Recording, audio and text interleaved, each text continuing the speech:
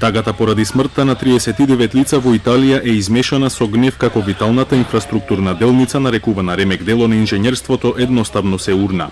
Владата прогласи дводневна жалост додека потрагата по преживеани продолжува во урнатините. Спасувачките екипи и властите не знаат точно колку луѓе имало во 40-тината возила кои биле на мостот во моментот на неговото уривање.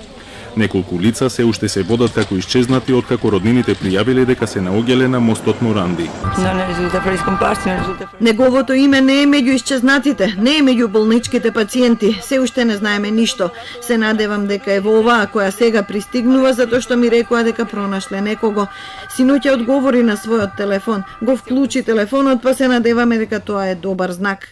Стотици спасувачи, пожарникари и полицајци цела ноќ ги пребаруваа урнатините во потрага по преживеани, но се што откриваа беа тела на загинати. Но властите не се откажуваат и тврдат дека потрагата ќе продолжи се додека не се пронајде и последниот. Правиме пресметки врз основа на бројот на возилата кои поминувале низ мостот. Мислиме дека оваа хипотеза, земајќи во предвид 35 возила, можеме да претпоставиме дека се уште има луѓе. Поради опасноста да се урне и остатокот од мостот, полицијата евакуираше 440 луѓе од околните објекти.